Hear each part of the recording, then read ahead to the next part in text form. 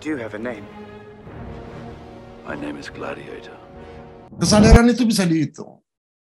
Rata-rata dunia, 8 miliar manusia, kalau kita hitung, kesadarannya rata-rata 200. Dari sisi energi ya. Ini ada 17 skala sebelah kiri. Dari sisi energi 200. Dan dia level kesadarannya, dia punya keberanian. Dulu, bangsa Indonesia level kesadarannya 400. Dulu. Itu zaman kemerdekaan. Dan kalau kita di atas 200, maka energi yang dipakai disebut power. Power. Kalau di bawah 200 itu force, maunya dipaksakan, force. Lebih ke fisik. Kalau power itu lebih ke spiritual. Lebih ke spiritual, bukan bicara agama. Pertanyaan saya, sekarang secara nasional, level kesadaran bangsa Indonesia kira-kira di atas 200 atau di bawah 200? Di bawah. Di bawah. Siapa yang bilang di atas? Bawah. Yang bilang di atas saya akan challenge, yang bilang di bawah juga saya akan challenge. Pikir dulu.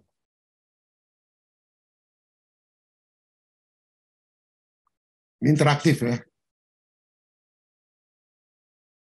Di atas atau di bawah? Mayoritas di bawah ya, oke. Kalau di bawah, berapa di bawahnya? Kalau dia 175, berarti bangsa kita ini mementingkan harga diri. Kalau 150 marah. Kalau 100 bangsa yang takut. Saya tanya, waktu COVID, level kesadaran bangsa kita ada di mana? 100. Takut. Sekarang COVID sudah over, pill over, kira-kira berapa level kesadaran bangsa Indonesia? 150. You are right, siapa tuh yang jawab?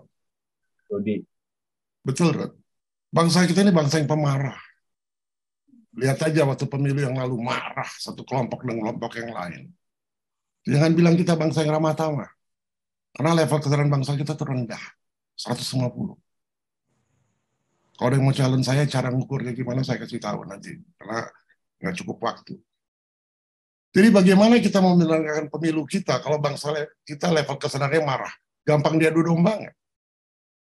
Sangat gampang. Gampang. Disulut aja rasa agamanya, kesukuannya, apa marah.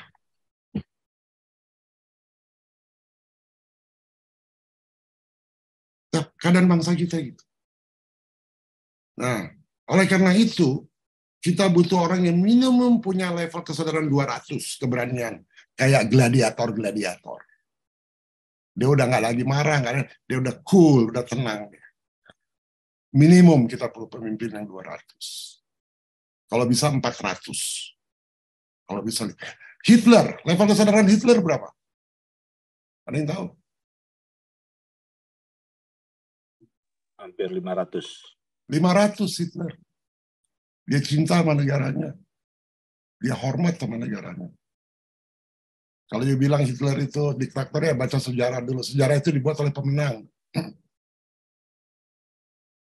Ya. Jadi kita punya challenge yang besar sekali. Pertanyaan saya, gladiator-gladiator bangsa kita pernah bicara nggak soal kesadaran? Bung Karno misalnya, pernah bicara nggak soal kesadaran? Iya. Saya kasih lihat sejarah ya. Ini pesan Founding Father tentang arti kesatuan kesadaran. Dia bicara apa? Consciousness unity. Kesatuan kesadaran untuk mencapai cita-cita berbangsa. Kesadaran, level kesadaran juga menunjukkan level of spirituality kita juga. Jadi pesan dari Founding Father kita, kesatuan kesadaran adalah kesatuan spirituality, nggak bicara agama. Kesatuan cita-cita. Cita-cita berbangsa kita apa? Supaya adil dan sejahtera kan, keadilan sosial. Kita dengar ya pidatonya Soekarno. Dari Sabang sampai Merauke, 4 perkataan ini bukanlah sekadar satu rangkaian kata ilmu bumi. Dari Sabang sampai Merauke bukanlah sekadar menggambarkan satu geografis begrip. Dari Sabang sampai Merauke bukanlah sekadar satu geographical entity. Ia adalah merupakan satu kesatuan kebangsaan Ia adalah satu national entity. Ia adalah pula satu kesatuan kenegaraan, satu state entity yang bulat kuat. Ia adalah satu kesatuan tekad, kesatuan ideologi, satu ideological entity yang amat dinamis. Ia adalah satu kesatuan cita-cita sosial yang hidup laksana api unggun, satu entity of social consciousness like a burning fire. All the social conscious of men praise for our victory. Ini Soekarno bilang apa? Kita sering kan nyanyi dari Sabang sampai Merauke. Oh, kita nyanyi Indonesia, Indonesia Raya. Itu bukan, Sabang Merauke bukan satu rangkaian kata ilmu bumi. Bukan menggambarkan persatuan Indonesia. Bukan sekedar satu geographical entity. Dia nggak bilang gitu. Tapi kesatuan kebangsaan. Kesatuan kebangsaan itu nggak cukup. Kita bilang kita berbangsa, satu bangsa Indonesia. Kalau tidak mempunyai national entity. Kalau sudah national entity, kita masih lihat rasnya. Suku, agama, budaya. Masih nggak? Enggak, Prof. Kita punya Pancasila, kita bilang persatuan Indonesia. Tapi ras diskriminasi masih banyak. Agama, suku. Harus satu national entity. Itu menunjukkan antara kesatuan kebangsaan dan national entity itu menunjukkan ada perbedaan level kesadaran. National entity sudah cukup belum? Nggak cukup. Di atas national entity ada namanya satu kesatuan kenegaraan. Satu state entity yang bulat kuat. Itu menunjukkan level kesadaran yang tinggi. Kalau sudah sampai level itu masih cukup nggak? Ada kesadaran yang lebih tinggi. Ketika punya kesatuan tekad, kesatuan ideologi, satu ideologi entity yang amat dinamis. Jadi ketika kita bicara khilafah, itu menunjukkan kesadaran yang rendah. Karena dia tidak menunjukkan kesatuan tekad, kesatuan ideologi. Oke, katakanlah bangsa Indonesia sudah naik ya, mencapai kesadarannya ke sini. Sudah cukup nggak? Tidak. Masih ada yang lebih tinggi lagi. Kesatuan cita-cita sosial yang hidup laksana api unggun. Ini pesannya Soekarno. Dia udah bicara level kesadaran. Udah itu cukup nggak?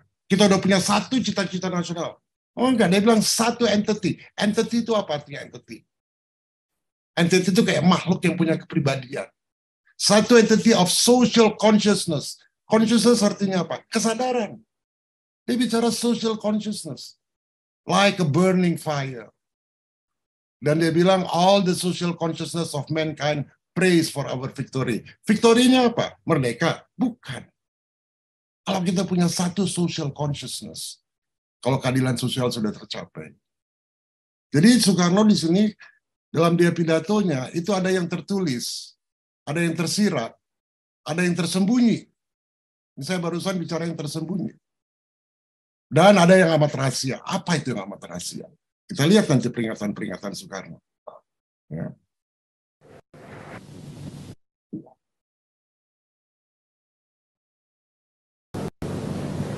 Karena itu, hei seluruh bangsa Indonesia, tetap tegakkanlah kepalamu.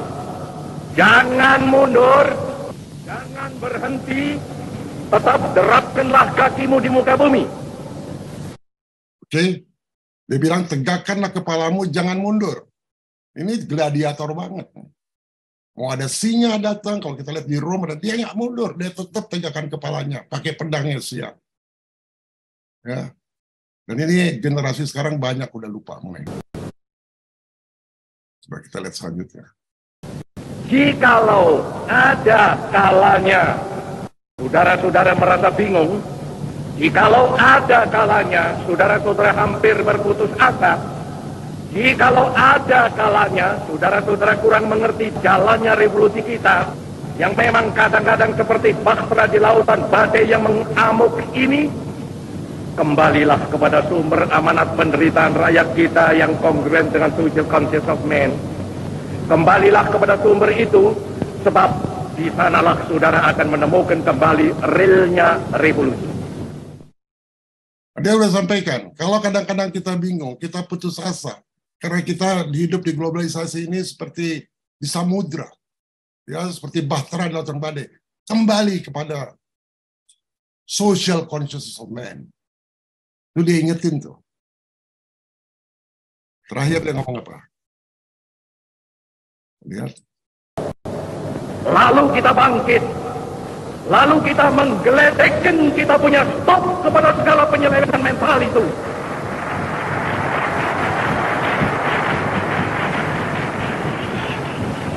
Lalu kita suruh buang jauh-jauh ke dalam alam pikiran liberalisme. Lalu kita kocok habis-habisan multi-party system.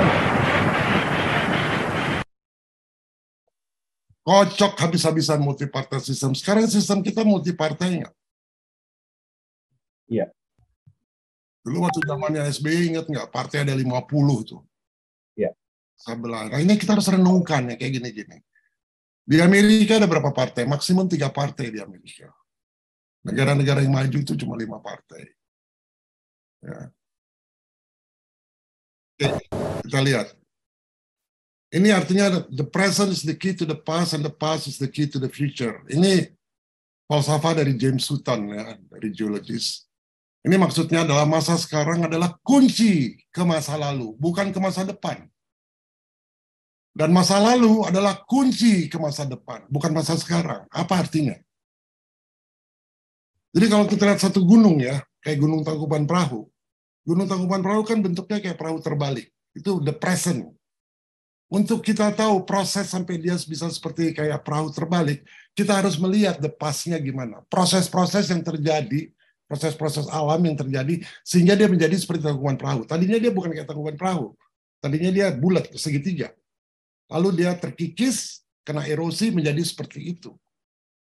Dan kalau kita mempelajari proses-proses di masa lalu, kita bisa tahu nanti kira-kira gunung lain akan seperti itu enggak. Dari yang the past, ada satu meta model, kita bisa tahu future-nya gimana. Jadi ketika kita melihat bangsa kita sekarang, at present, kita nggak bisa lihat ke masa depan. Dengan buta. Kita harus lihat dulu ke masa lalu. Karena itu jadi kaca benggala dari masa akan datang. Ini James Hutton Principle. Sejarahnya gimana? Dan kita sudah melupakan bahwa masa lalu itu ada gladiator-gladiator bangsa.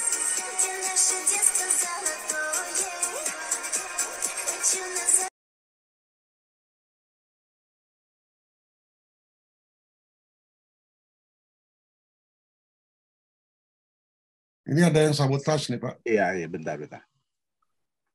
Saya reclaim hostnya. Nah, inilah contoh orang ini punya kesadaran rendah. Ya. Tapi nggak apa-apa, biasa itu.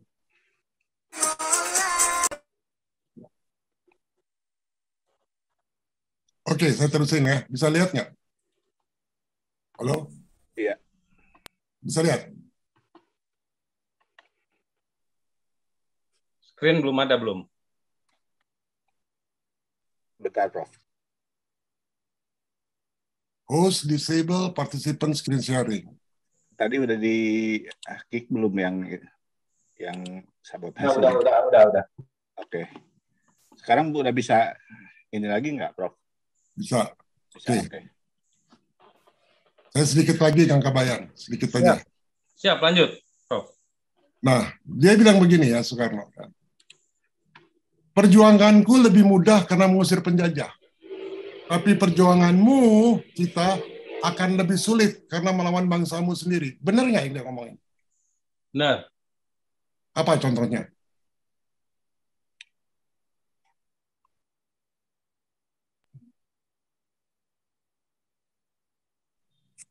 Contohnya ya yang bikin kita susah itu para birokrat bangsa kita sendiri, Prof. Ya waktu kita lihat pemilu kemarin, 5 tahun, 10 tahun yang lalu, kan gontok-gontokan di antara kita. Betul nggak? Iya. Itu menunjukkan bangsa kita bangsa yang pemarah, bukan? Orang kalau pemarah kan gampang dimanipulasi. Iya. Kira-kira sekarang ini, karena kita masih 150, Sulit nggak kira-kira pemilu yang akan datang?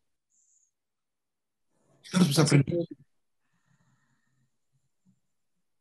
Itulah yang menyebabkan kenapa forum gladiator bangsa ini kita bikin pencerahan kayak begini. Kita harus bisa mempredik dari masa lalu kita. Predik aja dari 10 tahun yang lalu bagaimana. Pas skenario itu nggak terulang lagi. Kemungkinan bisa terulang nggak?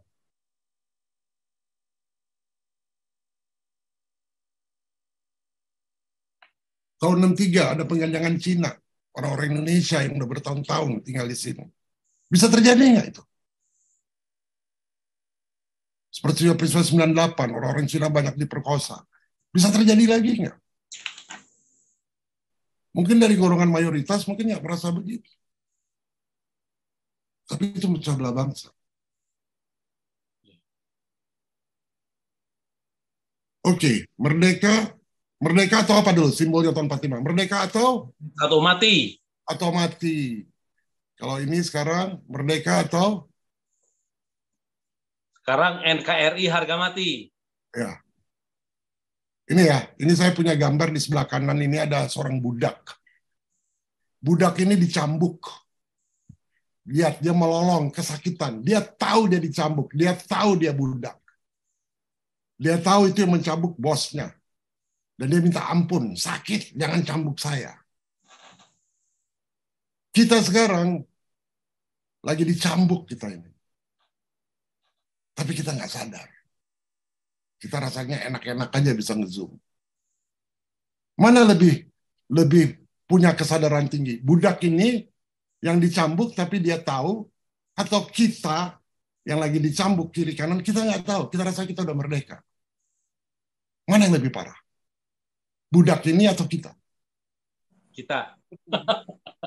Sekarang kalau kita seorang budak tapi kita nggak sadar bahwa kita ini budak, apa artinya?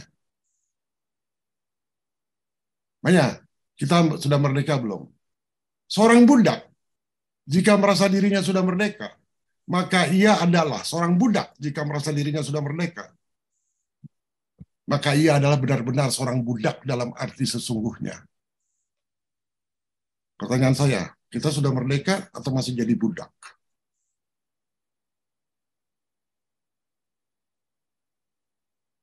Orang-orang pintar, seperti Pak Kun yang belajar susah payah, ada Kun Wardana. Pak Kun Wardana ini umur 12 tahun udah masuk mahasiswa. Kita 12 tahun masih lulus SD juga belum. Dia sudah mahasiswa, umur 16 tahun udah jadi sarjana. Orang-orang seperti Pak Kun yang sekolah, yang belajar, dianggap dia itu produk dari Barat. Itu pemikiran budak kalau ada orang memikir seperti itu. Ada saya satu kelompok yang suka zoom-zooman berpikir seperti itu. Karena produk dari Barat. Itu mentalitas budak. Ya. Nah, ini harus kita hindari. Apakah kita sudah merdeka? Bung Karno bilang kita adalah bangsa besar. Kita bukan bangsa tempe. Kita tak akan mengemis, kita tak akan minta. Apalagi jika minta bantuan itu diambil-ambil dengan syarat ini, syarat itu. Lebih baik makan gaplek tapi merdeka daripada makan beef stick tapi budak. Saya cerita ya, saya waktu di Bappenas, waktu krisis moneter, kita itu minta-minta sama IMF. Lu tahu IMF kasih uang tapi syaratnya apa? Dia kasih persyaratan. Dia ambil dengan syarat ini. Nomor satu apa? Syaratnya apa nomor satu? Bebaskan Bank Indonesia. Bank Indonesia harus berdiri sendiri. Itu kreasi Bank Indonesia, itu IMF itu.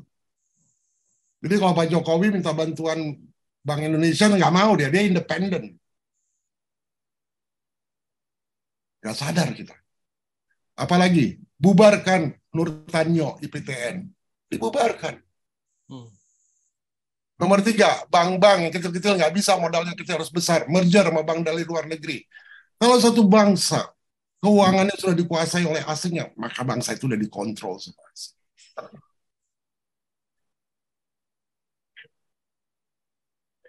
Saya mau kasih kredit ya. Kita lihat ya, Amerika sama Cina. Mereka sekarang perangnya udah bukan perang lagi dengan senjata. Perangnya pakai otak. Kita tahu,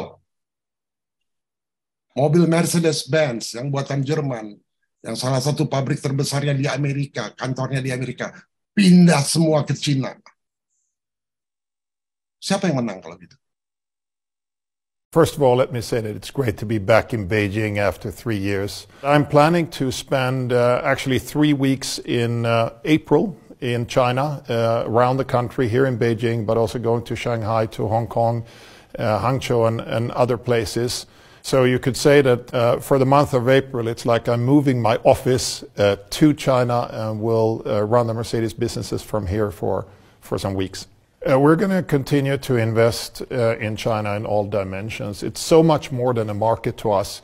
We have built our production capability over many years now. This is in fact now in Beijing our largest production facility in the world. We have expanded our R&D center here in Beijing. Last year we opened up a new R&D center in Shanghai, and we're hiring people, especially focusing on new energy vehicles, intelligent and connected vehicles. So we will continue to build our footprint here in China. Cina sekarang menguasai dunia. Pindah tuh. Harley Davidson, pindah.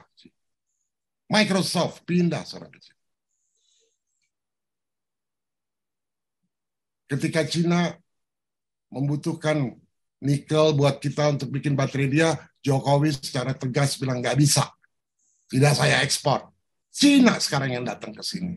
Jadi sama dengan Mercedes ke Cina, sekarang Cina ke Indonesia.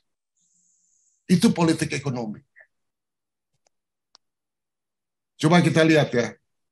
Ada jalan alternatif, jalan tol di utara, Pak Jokowi bikin.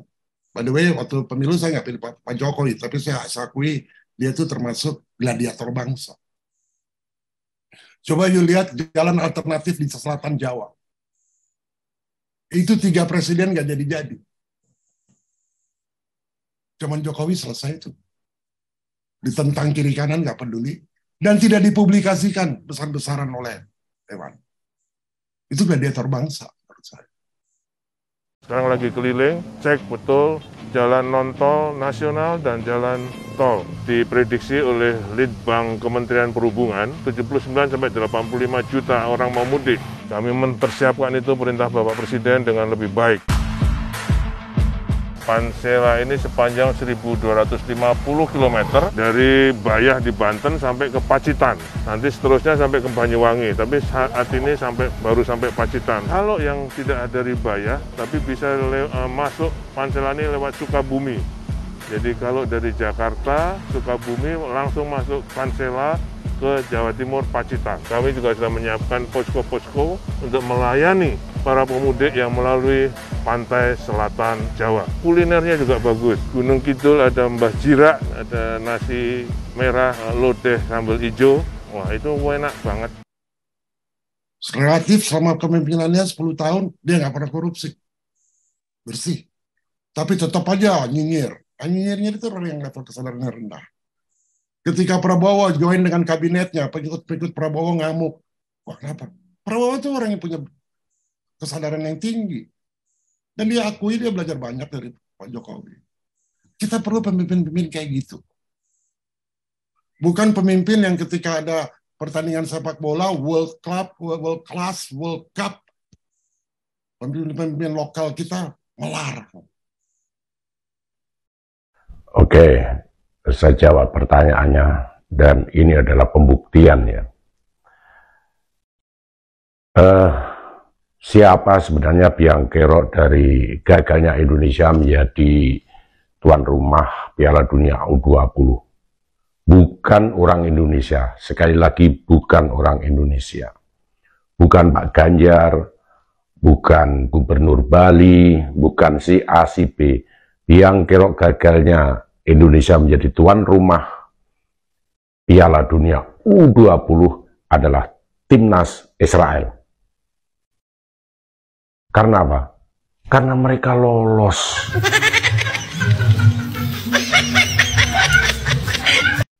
Itu menunjukkan kesadarannya rendah.